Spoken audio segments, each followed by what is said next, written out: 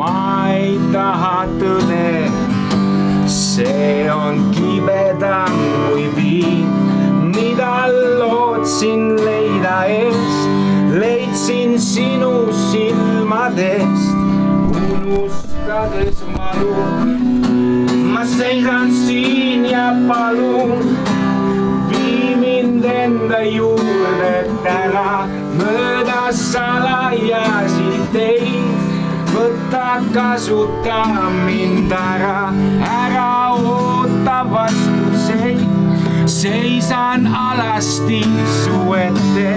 Rebin ennast ribadeks, seda kõike ainult. Kas selline naistepäeva tähistamine ühes töökollektiivis on tavapärane? Ma ei tea. Vähemalt loodame seda, et nii või natukene teisel moel seda ikkagi tähistatakse.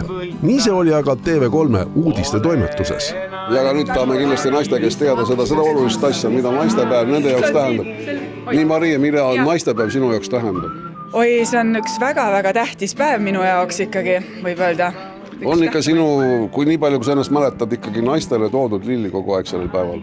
Lilli kingitusi tuleb üle kullata meid nende kingitustega ja tegelikult ka heade sõnadega meeles pidada minu arust, et lilled ja kingitused ei ole ainus, mis tähtsad on. Ega see naistepäev on üks selline asi, kus ilmselt tööst vaba küll ei saa olla? No kahjuks ei ole, aga teate, naistepäeval olla oma naiskolleegidega koos ja vaadata, kui tugevad ja toredad naised meil on, see on omaette pidu. Ja kui ikkagi meie mehed ka meid nii toredalt kogu aeg meeles peavad, no siis mis siis hing veel tahta, siis võib ju tööl olla ka rõõmuga. Maren, kas see on esimene kord, kui sa naistepäeval ise torti pead lahti lõikama? Jaa, ma ei tea, kuidas siuke asi küll juhtuda sai. Mina ka ei tea. Tulbid on ainult kogu aeg olnud need lilled, mida naistepäeval on toodud või midagi muud ka ikka? Ikka midagi muud ka tuuakse, aga no tulbid on nii toredad kevadised lilled.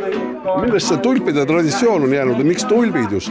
Ma usun, et tulbid ja nartsissid on kõige esimesed ärkajad kevadel. On tore, kui naistepäeval ikka naistele lilli ka kingitakse, on ju? Muidugi on.